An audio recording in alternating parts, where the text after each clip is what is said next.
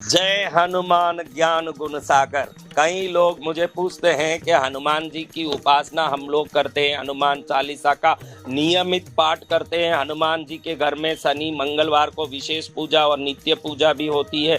हनुमान मंदिर भी नियमित रूप से दर्शन करते हैं, लेकिन हनुमान जी की कृपा होते नहीं दिख रही है।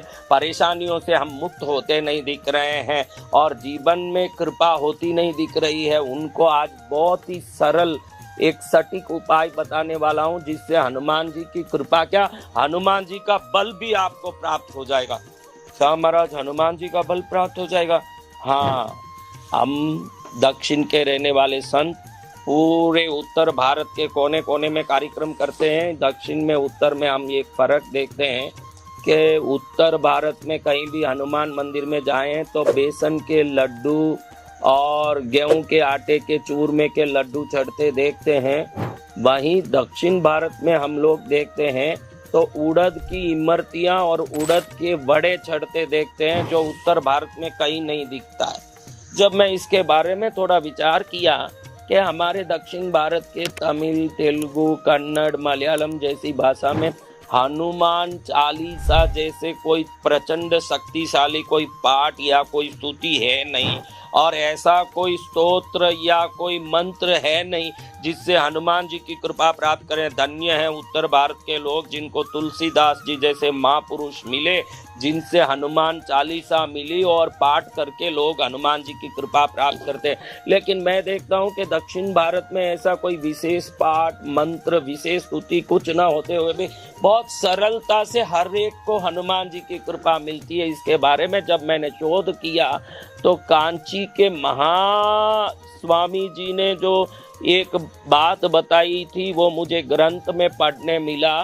स्वामी जी बताते हैं कि हनुमान जी को उड़द का इमरती का माला या इमरती चढ़ाना, वड़े की माला पहनाना उड़द का या वड़ा चढ़ाना बहुत बड़े कृपा को एक क्षण में दिलाता है। इसके पीछे उन्होंने कहानी बताई। आप 2 मिनट समय लेके जरूर ये सुनिएगा।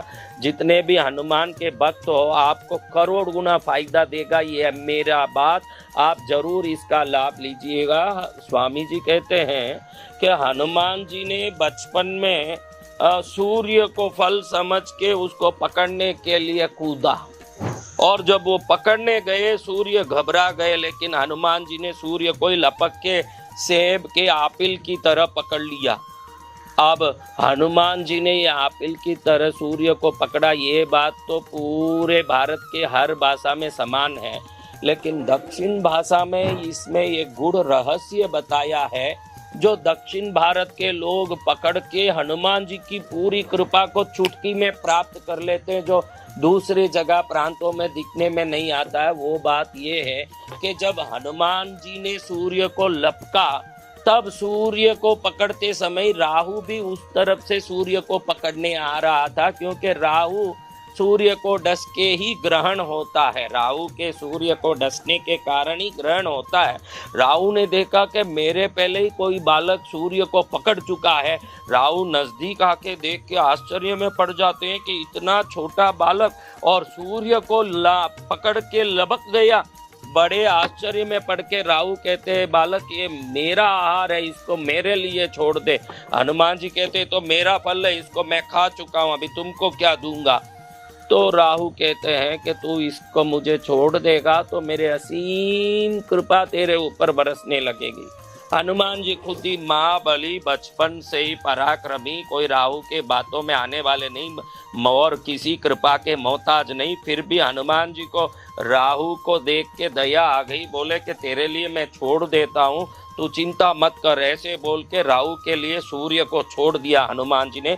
ये कथा कांची पीठ के शंकराचार्य महास्वामी जी बताते हैं कि राहु के लिए हनुमान जी ने जब सूर्य को छोड़ दिया तो राहु अत्यंत प्रसन्न हुए और कहते हैं कि हे बालक, तुमने मेरे लिए इस सूर्य को छोड़ दिया, क्योंकि ये सूर्य मेरा आहार है और मैं निरंतर इनको ग्रसित करके ही अपने जीवन के पराक्रम से विश्व में प्रसिद्ध होता हूँ। उसी को लोग सूर्य ग्रहण कहते हैं। तुमने मेरे लिए सूर्य को छोड़ा, इसलिए मेरा जो आहार है मुझे अति प्रिय है, वो है उड़द। उस उड़द से बने हुए इमरती की माला या वड़ा का माला बना के तुमको कोई चढ़ाएंगे, या कोई आहार के रूप में तुमको इमरती या उड़द से बने हुए वड़े चढ़ाएंगे, तो तुम्हारा बल तो पूरा वैसा ही रहेगा जितना तुम्हारे पास है, लेकिन इन तुम्हारे बल से प्राप्त सभी शक्ति की महाकृपा को जो चढ़ाने वाला है वो भी प्राप्त करेगा। ये मेरा आशीर्वाद है। ऐसे राहु ने हनुमान जी को आशीर्वाद दिया, क्योंकि स्वयं के आहार के रूप में प्राप्त सूर्य को हनुमान को ग्रसित करते देख राहु ने निवेदन किया, और हनुमान जी भी प्रसन्न होकर राहु के लिए सूर्य को छोड़ दिया। उस समय राहु ने यह आशीर्वाद दिया कि जो भी उड़द के वड़े की माला पहनाएंगे या इमरती की माला पहनाएंगे या उड़द या इमरती नैवेद्य के रूप में चढ़ाएंगे, उनको तुम्हारे बल से प्राप्त होने वाले सभी सुख, शांति, स्वास्थ्य, धन दौलत, ज्ञान, पद, प्रतिष्ठा सब प्राप्त होगा। अब दक्षिण में ऐसी ऐसी जगह, महाराज एक नामक्कल नाम का गांव है, आप गूगल में सर्च करना, नामक्कल आंजनेयर डालना, आंजनेयर यानी अंजना पुत्र हनुमान जी, नामक्कल हनुमान गूगल में जरूर डालना, और नामक्कल हनुमान वड़ा माला फोटो डालना। इस नामक्कल में कई बार महीने में 1.25 लाख बड़े बड़े उड़द के वड़ों की मालाओं की बड़ी बड़ी लंबी लंबी कतारों से श्रृंगार होती है। साल में कम से कम 10-12 बार ऐसे श्रृंगार 1.25 लाख वड़ों की होती है। और दक्षिण में कई जगह इमरती की वड़े की माला, उड़द की वड़े की माला पहना के हनुमान जी का श्रृंगार होता है और इमरती और उड़द चढ़ाया जाता है। जितने लोग हनुमान चालीसा करके भी, जितनी पूजा पाठ सिंदूर धर के भी, बहुत सारे जाप करके भी जो हनुमान जी की कृपा प्राप्त नहीं कर पा रहे हैं, मैं ये सरल उपाय आपको बताना चाहता हूँ। नियमित रूप से शनि मंगलवार को 2 इमरती वड़ा हनुमान जी के चरण में अपने घर में या मंदिर में चढ़ाना शुरू कीजिए। बाद में देखिए, हमारे स्वामी जी कहते हैं कि राहु ने आशीर्वाद दिया, हनुमान का बल पूर्णमदः पूर्णमिदं पूर्णात् पूर्णमुदच्यते की तरह सदा पूर्ण है ही।